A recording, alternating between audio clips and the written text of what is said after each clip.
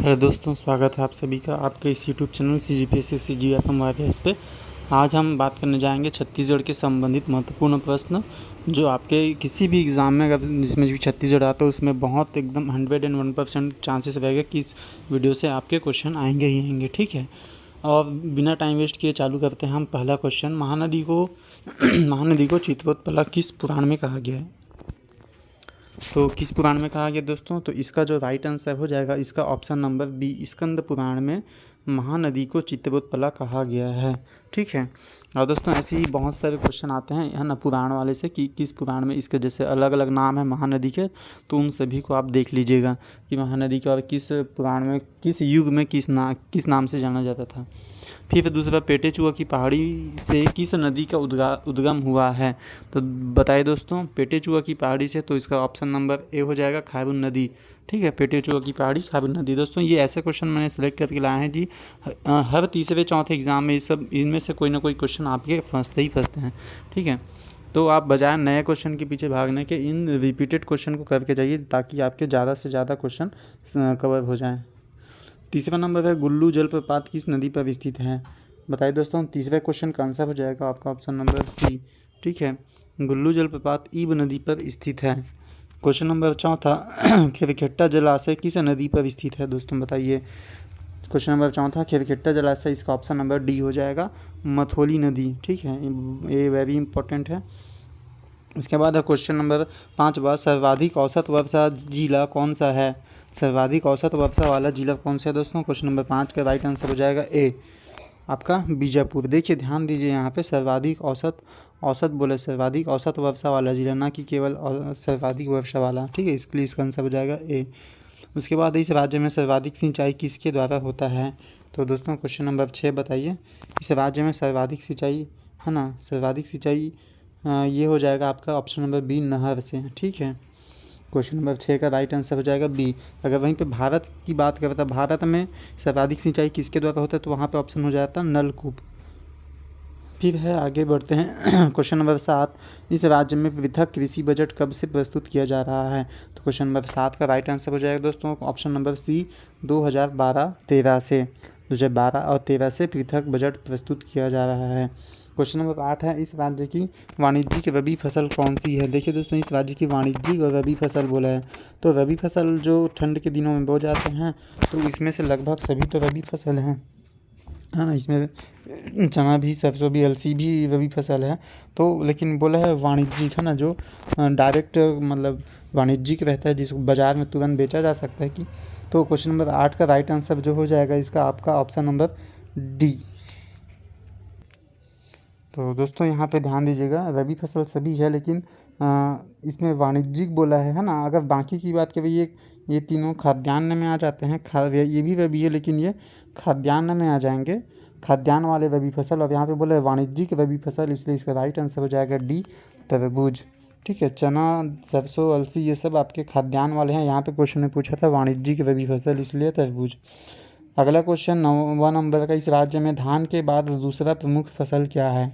बताइए दोस्तों, question number 9, इस राज्य में धान के बाद दूसरा प्रमुख फसल, अधिकतर लोग चना वना या गेहूँ डाल रहे होंगे, लेकिन इसका राइट आंसर है ए, ऑप्शन नंबर ए, मक्का इसका राइट आंसर है। ठीक है, उसके बाद है क्वेश्चन नंबर 10, लघु एवं सीमांत कृषकों को 0 से 5 HP तक विद्युत सबमर्सिबल पंप, डीजल एवं पेट्रोल पंप क्रय करने पर कितने प्रतिशत छूट का प्रावधान है?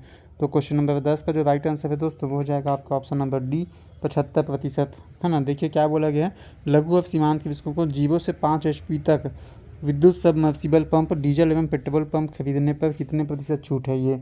तो आपने ये योजनाएं वगैरह पढ़ी होंगी तो आपको ये अच्छे से मालूम होगा। ठीक है, आगे बढ़ते हैं। Question number 11, Chhattisgarh one report 2021 के अनुसार वन क्षेत्र कहाँ घटा है?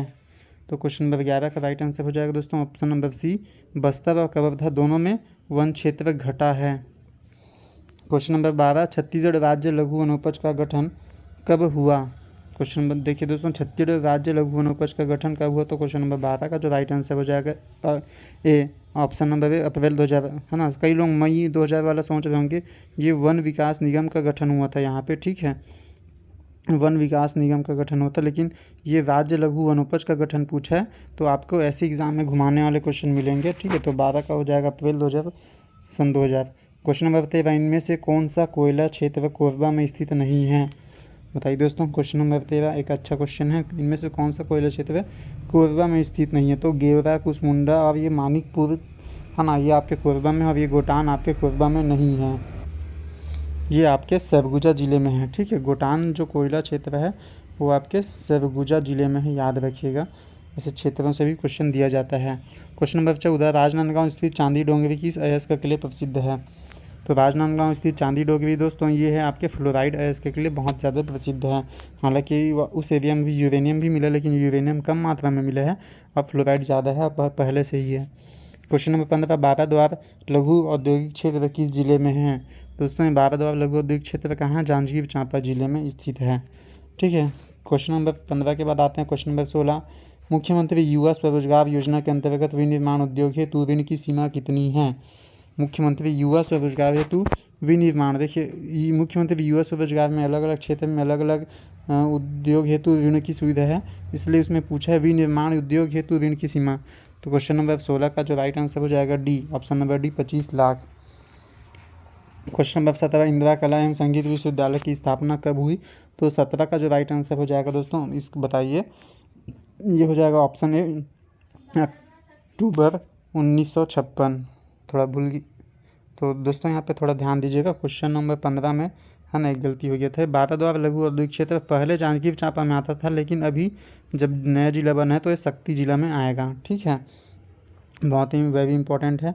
जो जो अभी पहले पुराने ज़िले से नए ज़िले बने हैं वो आप पढ़ के चले जाइएगा, क्योंकि एग्ज़ाम ऐसे ही क्वेश्चन उठाएगा एग्जामिनर, है ना, ताकि लोग बाग नए ज़िले बने हैं उसको ध्यान न दे कि पुराने ज़िले में आंसर लगा देंगे। तो आते हैं आगे कंटिन्यू। इंदिरा कला एवं संगीत विश्वविद्यालय की स्थापना कब हुई थी? तो इसका राइट आंसर है अक्टूबर 1956। देखिए दोस्तों, ये इंदिरा कला संगीत विश्वविद्यालय इंदिरा गांधी नहीं है, ये वहाँ की रानी थी, है ना, महारानी पद्मिनी सिंह या पद्मावती थी, तो उनकी बेटी के नाम पे ये इंदिरा कला संगीत विश्वविद्यालय की स्थापना हुआ है। क्वेश्चन नंबर 18, छत्तीसगढ़ में जनजातीय अनुसंधान केंद्र की स्थापना कब हुई? क्वेश्चन नंबर 18 का जो राइट आंसर है दोस्तों वो हो जाएगा ऑप्शन नंबर बी, सितंबर 2004 में हुआ। जनजातीय अनुसंधान केंद्र की स्थापना सितंबर 2004। क्वेश्चन नंबर 19, इनमें से कौन सी विशेष पिछड़ी जनजाति राज्य सरकार द्वारा घोषित है? देखिए दोस्तों, जो विशेष पिछड़ी जनजाति है, एक होता है केंद्र सरकार द्वारा और एक होता है राज्य सरकार द्वारा। तो यहाँ पे राज्य सरकार वाला पूछा है, कौन सी विशेष पिछड़ी जनजाति राज्य सरकार द्वारा घोषित की गई है? तो ऑप्शन क्वेश्चन नंबर 19 का जो हो जाएगा आपके ऑप्शन नंबर सी। अब देखिए दोस्तों, केंद्र सरकार द्वारा 5 को किया गया है घोषित और राज्य सरकार द्वारा 2। ये 2 में से एक तो भुंजिया हो गया और एक हो गया आपका पंडो। ठीक है, पंडो जनजाति। क्वेश्चन नंबर 20, इनमें से कौन सी जनजाति बाँस शिल्प कला का कार्य नहीं करती? देखिए दोस्तों, बाँस शिल्प कला का कार्य नहीं करती बोला है ना, तो ऑप्शन है कमार, कंडवा, धनवार। तो कमार, कंडवा, धनवार तीनों बाँस शिल्प कला का कार्य करते हैं। अब ये है ना कंवर जनजाति ये नहीं आएगा, है ना, एग्ज़ाम में ये क्वेश्चन पता नहीं क्यों कि कई बार आ चुका है ना, बाँस शिल्प कला का कार्य नहीं करता है पूछिए, है ना, कमार, कंडवा, धनवार ये तीनों करता है और कंवर नहीं करता। फिर आगे है माओ पाटा नृत्य कौन से देवी देवता को समर्पित है? क्वेश्चन नंबर 21 है माओ पाटा नृत्य कौन से देवी देवता को समर्पित है? तो 21 का जो राइट आंसर हो जाएगा ऑप्शन नंबर बी, सिरहा देव। माओ पाटा नृत्य सिरहा देव को समर्पित है, 21 का बी। फिर है क्वेश्चन नंबर 22, प्रजा जनजाति के युवा गिरी को क्या कहते हैं? ध्यान दीजिए दोस्तों ना, पहले ज़माने में युवा गिरी क्या होता है, पहले ज़माने में जो जनजातीय एरिया थे वहाँ पे कोई अभी के जैसे आधुनिक स्कूल नहीं होते थे, तो वहाँ शिक्षा दीक्षा एजुकेशन है ना, संस्कृति को समझे, संस्कृति को आगे बढ़े करके वो एक युवा गिरी बनाते थे, है ना। तो क्वेश्चन नंबर 22 में प्रजा जनजाति के युवा गिरी पूछा है, तो इसका जो राइट आंसर हो जाएगा सीधांगा बक्सर। ठीक है, गीतियोना किसका? ये गीतियोना बीभोर का है दोस्तों, याद रखिएगा। उसके बाद है क्वेश्चन नंबर 23, खड़ोनी विवाह किस जनजाति में प्रचलित है? क्वेश्चन नंबर 23, खड़ोनी विवाह, तो इसका जो राइट आंसर हो जाएगा ऑप्शन नंबर ए, बैगा जनजाति में प्रचलित है खड़ोनी विवाह। क्वेश्चन नंबर दोस्तों, ये खड़ोनी विवाह किस तरह का विवाह है? तो ये विधवा पुनर्विवाह टाइप का ही एक विवाह है खड़ोनी विवाह। क्वेश्चन नंबर 24, इनमें से कौन सा नृत्य कोरकू जनजाति द्वारा बैसाख माह में किया जाता है? तो बताइए दोस्तों, तो क्वेश्चन नंबर 24 का जो राइट आंसर हो जाएगा ऑप्शन नंबर बी, थापटी नृत्य। ठीक है, थापटी नृत्य। ध्यान दीजिए दोस्तों, इसमें कोरकू जनजाति का ना ये बैसाख माह में पूछा है। ठीक है, यहीं पे अगर बैसाख माह ना दे के ये आषाढ़ माह देता है ना, तो आषाढ़ माह देता तो ढांडल नृत्य हो जाता, आषाढ़ माह में ढांडल नृत्य हो तब। लेकिन ये बैसाख माह में पूछा, इसलिए इसका राइट आंसर हो जाएगा थापटी नृत्य। ठीक है, तो 24 का आंसर हो जाएगा बी, बहुत इंपॉर्टेंट है। बैसाख में थापटी, आषाढ़ में ढांडल। क्वेश्चन नंबर 25, धनकुल जगार गीत किस जनजाति द्वारा गाया जाता है? धनकुल जगार गीत दोस्तों बताइए। क्वेश्चन नंबर 25 का जो राइट आंसर हो जाएगा ये आपका ऑप्शन नंबर डी हो जाएगा। यहाँ पे ऊपर आते हैं हलबा एवं भतरा, है ना। धनकुल जगार गीत हलबा एवं भतरा जनजाति के द्वारा गाया जाता है। क्वेश्चन नंबर 20, घड़वा शिल्पकला में किस पद्धति का उपयोग होता है? क्वेश्चन नंबर 26 में घड़वा शिल्पकला पद्धति का आंसर हो जाएगा बी, भ्रष्ट मोम पद्धति का उपयोग किया जाता है। क्वेश्चन नंबर 27, बिरिया ढोल किस वाद्य यंत्र के अंतर्गत आता है? तो क्वेश्चन नंबर 27 दोस्तों, जितने भी ढोल वोल होते हैं खास करके बिरिया ढोल, है ना, तो 27 का आंसर हो जाएगा बी, वितत वाद्य यंत्र में आते हैं। ठीक है दोस्तों, तत् जैसे वायलिन हो गया, गिटार हो गया, है ना, तंबूरा हो गया, जिसमें ऐसे तार लगे होते हैं वो तत् में आते हैं। ठीक है, तत् यानी तार वाला याद रखिएगा। घन यानी घंटी याद रखिएगा, घन से घंटी याद रखिएगा। सुशील यानी जिसमें सुंदर ध्वनि है, जैसे कि बांसुरी। ठीक है, उसके बाद आता है ये बिरिया ढोल, तो ये वितत में आते हैं, वितत, है ना। जैसे ढोल हो गया ये, है ना, ये ढोल हो गया तो वितत वाद्य यंत्र में आएगा। क्वेश्चन नंबर 28, टाइगर किड के रूप में किसे विख्यात चंद्रू मंडावी किस जनजाति से संबंधित हैं? तो दोस्तों ये आपका 28 का जो राइट आंसर हो जाएगा वो हो जाएगा ऑप्शन नंबर बी, माड़िया जनजाति। दोस्तों टाइगर किड के रूप में विख्यात कौन है? चंद्रू मंडावी, है ना। किस जनजाति, इससे बहुत बार क्वेश्चन आ चुके हैं अलग अलग तरह के, जैसे कि किस जनजाति से? माड़िया जनजाति। किस ज़िले से हैं? याद रखिए ये नारायणपुर ज़िले से हैं। ठीक है, अब नारायणपुर ज़िले के किस तहसील से हैं ये भी एग्ज़ाम में पूछा हुआ है दोस्तों। तो तहसील का नाम हो जाएगा गढ़ बेंगाल। ठीक है, गढ़ और बेंगाल, आप बंगाल लिखते हैं उसमें एक ही मात्रा डाल दीजिए, गढ़ बेंगाल ये। और दोस्तों ये जो टाइगर किड हैं, बस्तर के टाइगर किड चंद्रू मंडावी, इनको अभी हाल ही में छत्तीसगढ़ पर्यटन ने अपना ब्रांड बनाया है ना, लोगो बनाया है। इस पे हमने करंट अफेयर वाले MCQ वीडियो में इसको पढ़ा भी। अगर आपने छत्तीसगढ़ के करंट अफेयर वाले वीडियो नहीं देखे हैं तो चैनल के प्लेलिस्ट में जाके देख सकते हैं। पूरे अर्जुना बुक के हमने छत्तीसगढ़ भी और इंडिया विशेषांक को भी कवर किया हुआ है। क्वेश्चन नंबर 29, कड़क डंडी में कौन सी जनजाति का गाथा महाकाव्य है? दोस्तों ये क्वेश्चन इंपॉर्टेंट है। 29, कड़क डंडी में कौन सी जनजाति का गाथा महाकाव्य है? तो ये है आपका उरांव जनजाति का, है ना। और उरांव जनजाति से दोस्तों एक क्वेश्चन ऐसा है जो हमेशा पूछा जाता है, उरांव जनजाति का नृत्य क्या है?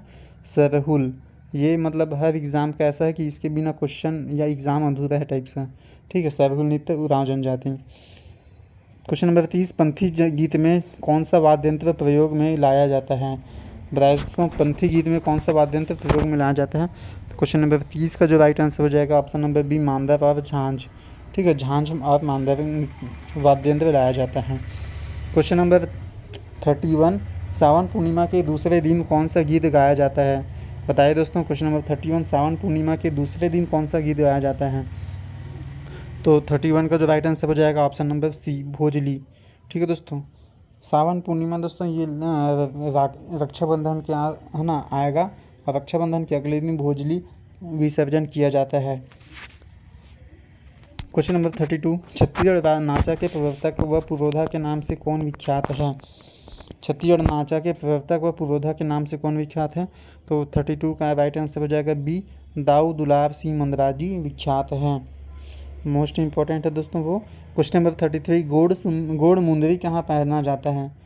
ध्यान दीजिए दोस्तों, गोड़ मुंदरी कहाँ पहना जाता है? 33 का बताइए दोस्तों। आप में से कई लोग इसमें अब कंफ्यूज हो जाएंगे कि गोड़ मुंदरी है, गोड़ है तो इसमें पैर होगा करके, लेकिन पैर नहीं है बल्कि वो कलाई, है ना। 33 का राइट आंसर ए हो जाएगा, हाथ का कलाई में पहना जाता है।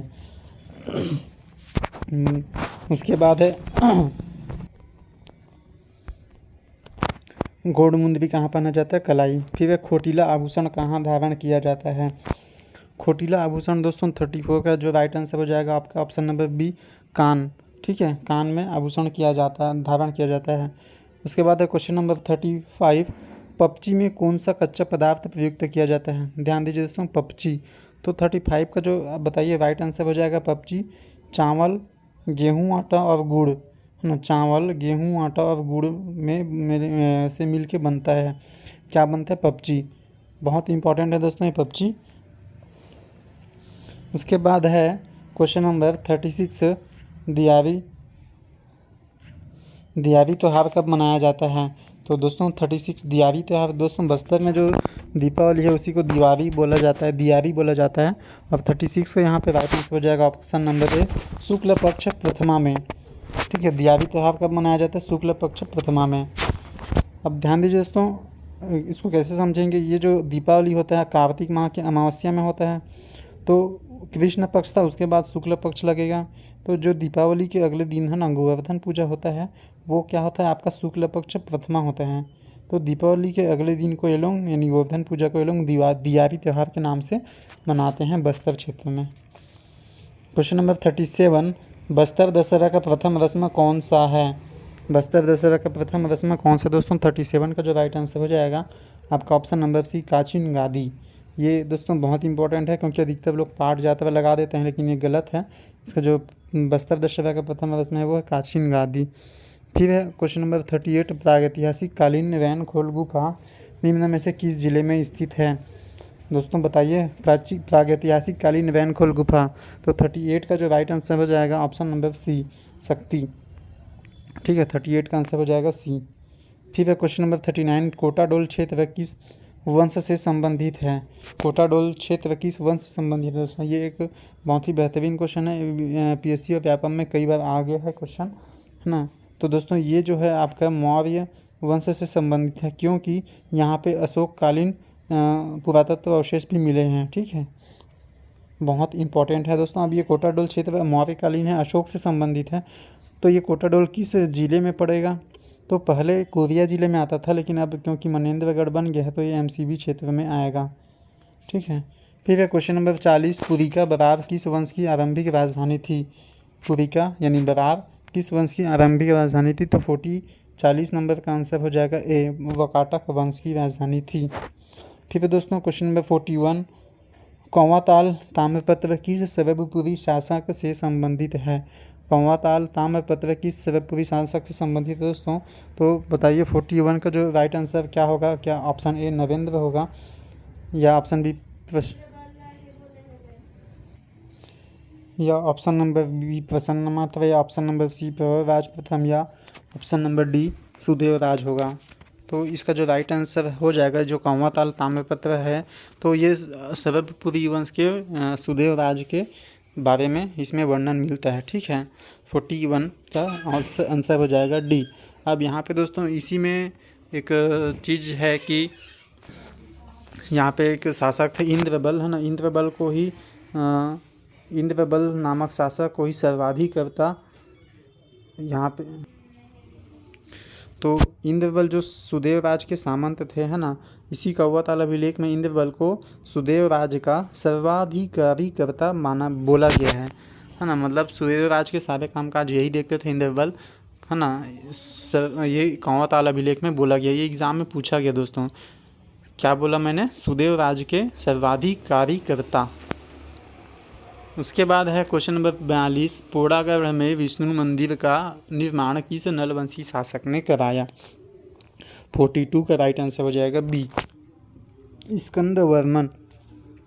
पोड़ागढ़ में विष्णु मंदिर का निर्माण कौन बनाया? नलवंशी शासक स्कंदवर्मन। ध्यान दीजिए दोस्तों, यहाँ पे आपको दिख रहा होगा किस नलवंशी शासक बोल रहे हैं, तो आपको एक क्वेश्चन से 2 क्वेश्चन बनाने आने चाहिए कि नलवंशी शासक स्कंदवर्मन है करके, और ये सभी नलवंश के शासक हैं। तो है ना, ऊपर में देखिए मैंने ये राजवंशी सरबपुरी शासक बताया है, तो ये चारों सरबपुरी शासक हैं। तो आपको ये ध्यान में होना चाहिए कि कौन नलवंश के शासक है, कौन सरबपुरी वंश के शासक हैं। क्वेश्चन नंबर 43, मारमंजूर शिलालेख किससे संबंधित है? 43 का जो राइट आंसर है दोस्तों इसका ऑप्शन नंबर सी हो जाएगा, महाशिवगुप्त ययाति मारमंजूर शिलालेख से संबंधित है। ठीक है, सोम वंश के ये राजा थे। फिर एक क्वेश्चन नंबर 44, पूर्व उड़ीसा के राजा भुजबल को किसने पराजित किया? सुवर्णपुर उड़ीसा के राजा भुजबल को किसने पराजित किया? तो क्वेश्चन नंबर 44 का जो राइट आंसर है, इसका आंसर हो जाएगा आपके ऑप्शन नंबर डी, जाजलदेव प्रथम ने। ठीक है दोस्तों, बहुत इंपॉर्टेंट है। फिर है क्वेश्चन नंबर 45, खरौद के लक्ष्मणेश्वर मंदिर की जीर्णोद्धार किसने कराया? दोस्तों अगर आप वीडियो देख रहे हैं तो आप एक इसको ना एज अ टेस्ट सीरीज़ दिला सकते हैं। जैसे कि एक पेज लीजिए, इसमें 1 से लेकर के 50 तक के, ऐसा 1 2 3 4 5 6 ऐसे करके 50 तक मार्क कर लीजिए। उसके बाद आप उसमें आंसर से अपना लगाते जाइए ABCD, और लास्ट में चेक कीजिए कि मेरे कितने सही और कितने गलत हैं। इससे आपको अपने तैयारी का एनालिसिस पता चल जाएगा। ठीक है, फिर क्वेश्चन नंबर अपन पढ़ रहे थे 45, है ना, खरौद के लक्ष्मणेश्वर मंदिर का जीर्णोद्धार किसने कराया? तो 45 का जो राइट आंसर हो जाएगा आपके ऑप्शन नंबर ए, रत्नदेव तृतीय ने कराया। क्वेश्चन नंबर 46, मुड़िया विद्रोह कब हुआ? क्वेश्चन नंबर 46, मुड़िया विद्रोह कब हुआ? तो इसका राइट आंसर दोस्तों हो जाएगा आपका ऑप्शन नंबर सी, 1876 में। ठीक है, इसमें लगभग, है ना, इसमें इसके नेता कौन थे? झाड़ा सिरहा इसके नेता थे। किसके? मुरैया विद्रोह के। दोस्तों जितने भी विद्रोह हुए उसके नेता और उसके सन कम से कम आपको याद रहना ही चाहिए। फिर क्वेश्चन नंबर 47, परगना पद्धति के सूत्रधार किसे कहा जाता है? परगना पद्धति, तो क्वेश्चन नंबर 47 का आंसर हो जाएगा बी, परगना पद्धति। देखिए दोस्तों, सूत्रधार पूछा है ना कि लागू किसने किया था, तो इस सूत्रधार यानी इसका आइडिया दिया था बिम्बाजी भोसले ने, बाद में लागू की और दूसरे शासक ने किया था, है ना। तो परगना पद्धति के सूत्रधार बिम्बाजी भोसले, मराठा काल से संबंधित है ये। फिर क्वेश्चन नंबर 48, बस्तर, कांकेर और जयपुर कवध राज्यों के बीच विवाद में समझौता किसने कराया? तो बस्तर, कांकेर और जयपुर के कवध राज्यों के बीच विवाद में समझौता क्वेश्चन नंबर 48 का राइट आंसर हो जाएगा सी, कैप्टन सैंडिस ने कराया था। फिर क्वेश्चन नंबर 49, रायपुर का सिपाही विद्रोह किस वर्ष हुआ? रायपुर का सिपाही विद्रोह किस वर्ष हुआ दोस्तों बताइए? 49 का राइट आंसर, आप सभी लोग सोच रहे होंगे 1856 या 57, लेकिन 49 का जो राइट आंसर है वो 1858 में हुआ था। ठीक है, क्वेश्चन नंबर 50 और आज का अंतिम प्रश्न। इसके बाद और भी वीडियो लाते रहेंगे, है ना। चैनल पे सब्सक्राइब कीजिएगा, चैनल पे बने रहिएगा, इससे भी बेहतरीन प्रश्न हम लाएंगे आगे। क्वेश्चन नंबर 50 का जो क्वेश्चन है, इनमें से कौन कंडेल नहर सत्याग्रह से संबंधित नहीं है? बताइए दोस्तों, इनमें से कौन कंडेल नहर सत्याग्रह से संबंधित नहीं है? Option A Sundarlal Sharma, option B Chhotelal Srivastava, option C Nathuji Jagta, option D Narayanrao Meghawale. तो कंडेल नहर सत्याग्रह धमतरी जिले में है। 50 का जो राइट आंसर हो जाएगा दोस्तों आपका ऑप्शन नंबर है सुंदरलाल शर्मा। ये तीनों आपके धमतरी जिले से संबंधित हैं, है ना। ये कंडेल नहर सत्याग्रह में काफ़ी एक्टिव थे। ठीक है, और दोस्तों कंडेल नहर सत्याग्रह के बारे में थोड़ा सा बता दूँ कि कंडेल नहर सत्याग्रह धमतरी जिले के कंडेल गांव में नहर था, जहां से अंग्रेज़ों ने जो पानी छोड़ा था, लेकिन गांव वालों को उसका उपयोग करने और उसके लिए टैक्स देने के लिए उनको ज़बरदस्ती कर दिया गया था। लेकिन गांव वाले जब नहीं मान रहे थे तो अंग्रेज़ों ने क्या किया कि एक रात नहर का पानी खेतों की ओर छोड़ दिया, और अगले दिन फिर अंग्रेज़ों ने गांव वालों पे आरोप लगाया कि इन्होंने पानी की चोरी की है और टैक्स देना पड़ेगा करके। लेकिन गांव वाले नहीं मान रहे थे, तो यहाँ पे दोस्तों यहाँ ये क्वेश्चन में थोड़ा सा मिसप्रिंट था। कौन संबंधित नहीं है की जगह कंडेल नहर सत्याग्रह के नेतृत्वकर्ता कौन थे, ऐसा पूछा जाएगा ये। ठीक है, नेता यहाँ पे, क्योंकि सभी लोग कंडेल नहर सत्याग्रह से संबंधित है, लेकिन बाकी जो 3 थे, है ना, छोटेलाल श्रीवास्तव, नथुजी जगताप और नारायणराव, ये तीनों सहयोगी थे। अब इसके जो नेतृत्व करते हैं नेता थे, ये थे आपके सुंदरलाल शर्मा। ठीक है, तो आगे आते हैं जो स्टोरी मैंने बताया था। अंग्रेज़ों ने नहर के पानी को छोड़ दिया था, ग्रामीणों पे टैक्स चोरी का आरोप लगा दिया था, नहर के पानी चोरी का, तो उस पर टैक्स लगा दिया गया था। लेकिन ग्रामीण टैक्स यानी पैसा नहीं देंगे बोले, तो वहाँ पे सुंदरलाल शर्मा जी ने क्या किया, वो गांधी जी को बुलाने, है ना, आंदोलन का नेतृत्व करने के लिए, न्योता देने के लिए गए थे। तो उस बीच फिर अंग्रेज़ों ने पानी की जो कर था उसको पहले 1/4 किया। जब गांव वाले फिर भी नहीं माने तो फिर फाइनली गांधी जी के आने की सूचना पाकर वो इस कर को हटा दिए। लेकिन बाद में जब गांधी जी आए तो यहाँ पे क्वेश्चन ये पूछा जाता है कि 1920 में गांधी जी के छत्तीसगढ़ आने का कारण क्या था? तो वहाँ पे कंडेल नहर सत्याग्रह नहीं लेके बल्कि तिलक स्वराज हेतु फंड के लिए है ना चंदा इकट्ठा करना ऑप्शन में आएगा। ठीक है, तो यहाँ पे क्वेश्चन को ऐसे ही ध्यान दीजिएगा। ठीक है, ये छोटा सा प्रयास था दोस्तों, आगे और भी अच्छे अच्छे क्वेश्चन लाएंगे। चैनल पे बने रहिएगा, सब्सक्राइब कीजिएगा, शेयर कीजिएगा। Thank you.